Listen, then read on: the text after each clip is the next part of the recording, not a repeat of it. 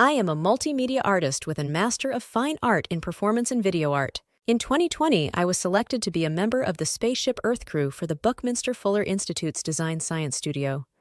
I was in the first and second cohorts full-time, doing research on how to lower fashion industry waste.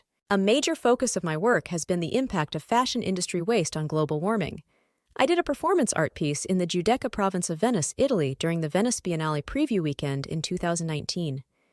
The piece was about global warming and sea level rise and the fashion industry's involvement. I have 2 filmmaker friends who can join my project when I move forward with it.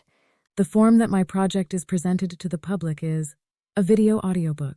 I am keeping it simple to have it available to the public as soon as possible. I feel online distribution in the form of a website, YouTube channel, and DVDs in libraries will be easily accessible to the most people. I have made videos with stories that relay information about global warming, sea level rise, and coastal flooding and its trajectory. The audio-video book is episodic. It comes in any language and it is accessible to visually impaired and hearing impaired audiences. Its content is comprised of informative pieces about global warming, sea level rise, and how relocation is going to be needed. It can be considered a guide to why people will need to relocate and how to reconcile with the loss and need to move. Shoreline of Hope is an informative audio-video book created and shared to coastal communities, helping people to accept the need to relocate. In these pages, we will explore the compelling reasons why the rising tides have become an inescapable reality, reshaping not just our geography, but our lives, our communities, and our future. It seeks to transform the daunting prospect of relocation into an opportunity for resilience, renewal, and hope. We will learn why to forge a new, sustainable legacy for generations to come. The journey ahead will not be without its challenges and heartaches, but it will also be marked by the resilience, innovation, and the unity of coastal communities around the world. In these pages, we find the knowledge, the inspiration, and the collective strength to face the rising tides together. For in our shared quest to adapt, rebuild, thrive, we will find the power to relocate and redefine what it means to call a place home.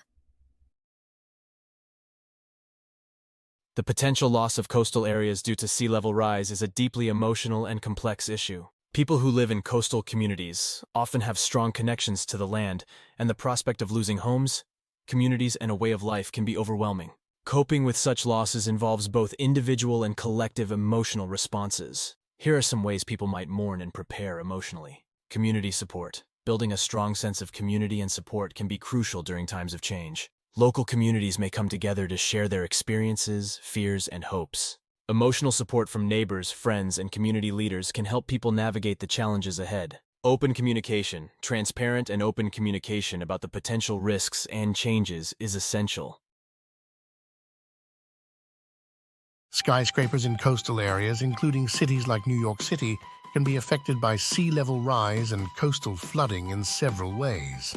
Flood damage. Skyscrapers located in low-lying coastal areas are at risk of flooding during storm surges or extreme high tides. Floodwaters can damage the building's lower floors, including lobbies, mechanical systems, and electrical infrastructure.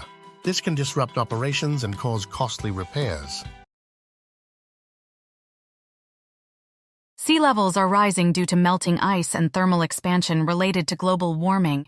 This trend may have consequences for life on Earth.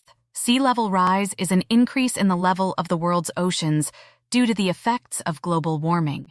Burning fossil fuels is one of the causes of global warming because it releases carbon dioxide and other heat-trapping gases into the atmosphere. The oceans then absorb the majority of this heat. As water becomes warmer, it expands. This results in ocean levels rising worldwide. Land-based ice, such as glaciers and ice sheets, are greatly affected by global warming as well. These reserves of ice are located in places like Greenland and Antarctica.